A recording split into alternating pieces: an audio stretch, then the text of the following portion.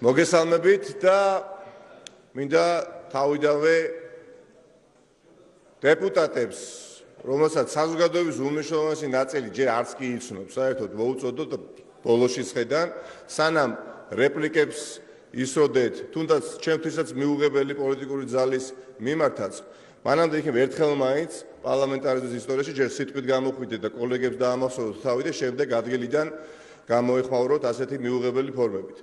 ორი დღეა ვუყურებთ და ვუსმენთ მთავრობის წევრებს და პირდაპირ შეიძლება და უნდა ითქვას დღეს, რომ მთავრობის ამ შემადგენლობას არ აქვს არანაირი შესაძლებლობაც კი რაიმე სიკეთე და სარგებელი მოუტანოს ქვეყანას და ამ ქვეყნის საზოგადოებას. მთავრობის ამ შემადგენლობას არ გააჩნია ელემენტარულად უნარი დაინახოს პრობლემები ამ ქვეყანაში, მოახდინოს ამ პრობლემების იდენტიფიცირება და მე დასახოს ამ პრობლემების გადაწყვეტის სხვადასხვა გზები. და რომ წხედავდეთ ამ პრობლემებს, ბატონო გიორგი, თქვენ არ გაქვთ შესაბამისი უფლებამოსილება, თქვენ არ გაქვთ შესაბამისი ხელისუფლება, მთელი დღე ამას გეუბნებით და ძალიან გწყინთ, უსამართლოდ გწყინთ. არ გაქვთ შესაბამისად საკამარისი კომპეტენცია და კვალიფიკაცია. თქვენი მთავრობა, რომლითაც ხართ ეხლა თქვენ წარმოდგენილი, 4 წელიწადი თქვენ არ იყავით?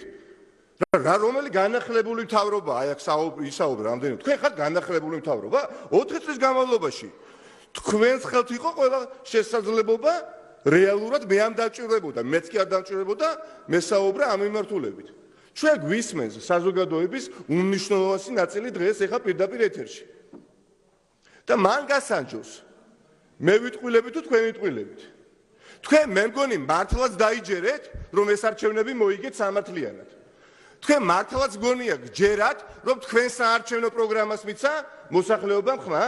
დაშინებით, შანტაჟით, მუქარით, ძალადობრივი არჩევნების შედეგად მიიღეთ ეს საკონსტიტუციო უმრავლესობა. და ეს ასეა. და ეს ასე თუ არ არის, ძალიან ცოტა ხანში დაინახავთ, რომ ეს ასეა. თქვენ მოწყვეტილი ხართ, ბატონო გიორგი, რეალობას. ძალიან ბევრ ქვეყანაში არსებობს კარგი ხელისუფლება, არსებობს ცუდი ხელისუფლება, არსებობს მოქნილი ხელისუფლება, არსებობს მოუქნელი ხელისუფლება, ქმედითი და უმოქმედო და როგორი სახის ხელისუფლება არ არსებობს. მაგრამ ჩვენს ქვეყანაში ჩვენ დღეს ვართ აბსოლუტურად განსხვავებულ ვითარებაში, განსხვავებულ მოცემულობაში. ჩვენ არც კარგი ხელისუფლება გვყავს, არც ცუდი ხელისუფლება გვყავს, არც მოქნილი და არც მოუქნელი და არც ქმედითი და უმოქმედო. ჩვენ რეალურად, ჩვენ ხალხს არ ყავს ხელისუფლება. თქვენ არ ხართ სრულყოფილი მთავრობა. თქვენ არ ხართ ხალხის მთავრობა. თქვენ ხართ მთავრობა, რაც არ უნდა გეწყინოთ ის მთავრობა, იმ მთავრობის წევრები, რომლებიც ერთი ადამიანის ნებასურვილის შესრულებით ხარ დაკავებული და იყავით მთელი 4 წლის განმავლობაში და ასე აპირებ და მე დიდი იმედი მაქვს, რომ ეს 4 წელიწადი ნამდვილად არ გახდება საჭირო, რომ საზოგადოება კიდევ თქვენ უმოქმედობას უყუროს.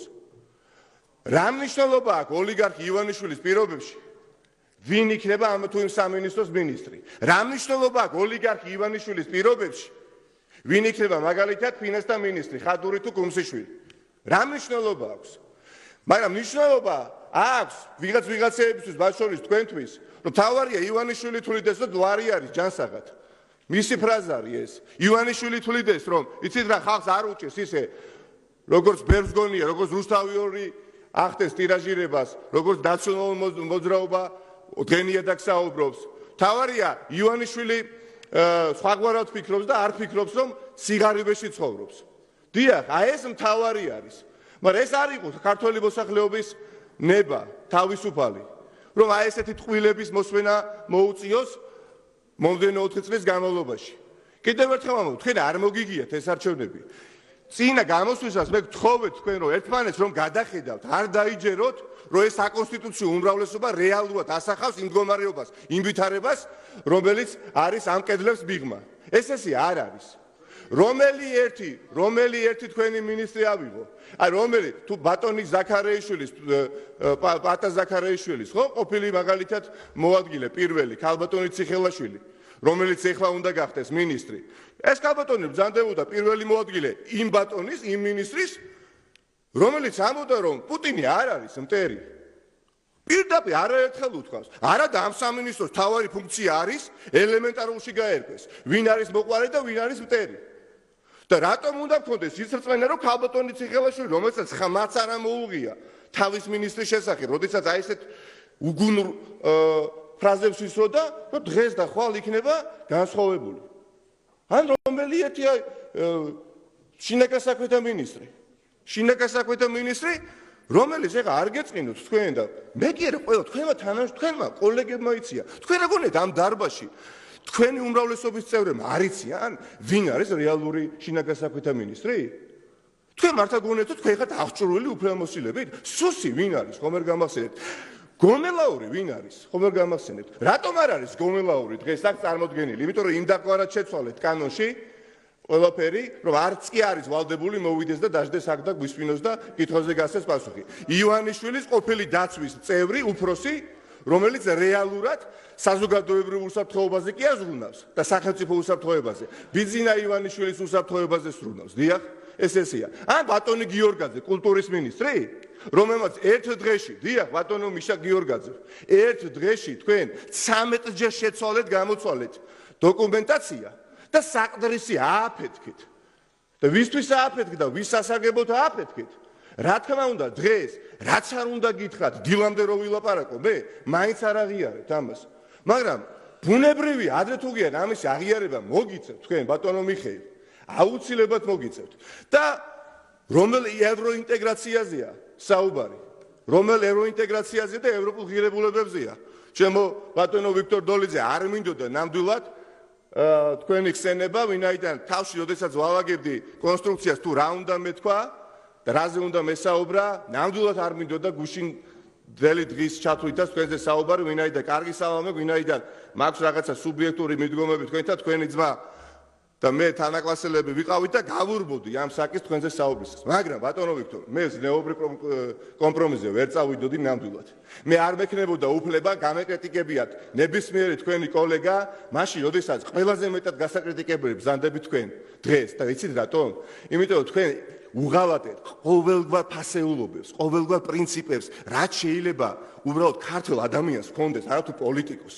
თქვენ უღალატეთ თქვენს მეგობრებს, თქვენ თანაგუნდელებს და თქვენის ადამიანი ხართ, ბატონო ვიქტორ, რომელიც თვეების განმავლობაში სანამ ოპოზიციაში იყავით, აი ამ მთავრობის შემადგენლობას, აი ამ თქვენს მეგობრებს ეძახდით იმ გუნდის წარმომადგენლებს, რომელმაც დაგიჭირეს თქვენი 5 მეგობარი და დღეს ვიდრე მე ვსაუბრობ და ვიდრე თქვენ ახლა მისმენთ, მაღალი ალბათობით ის 5 ახალგაზრდა დაკავებული ციხის საკნებიდან გვისმენენ და ვიყურებენ.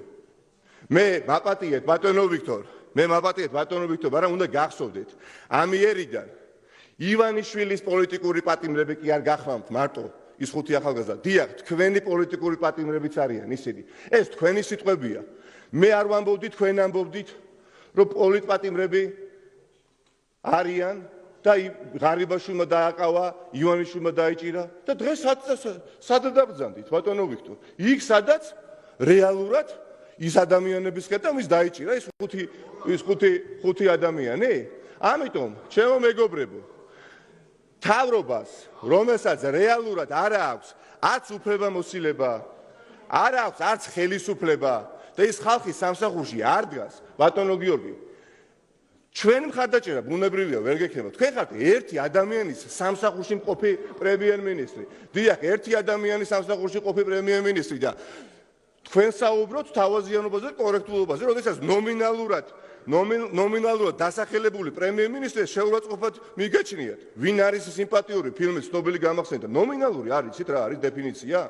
და თქვენი კოლეგა თავაზიანი, როდესაც საკუთარი ოჯახის წევრს მილანძღავს პირდაპირ ეთერში და ეს რა ბრძანეთ?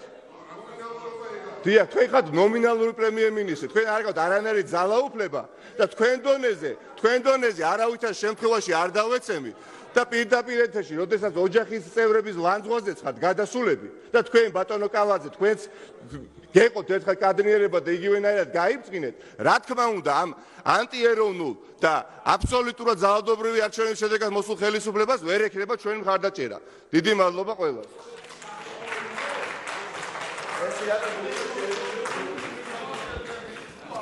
ფრაქცია ნაციონალური მოძრაობა საქართველოს სინსვლისთვის. ორი გამოსვლელი ელენე ხოშტარია 5 წუთი, ოთარ კახიძე 5 წუთი. ქალბატონ ელენეს თხოვ.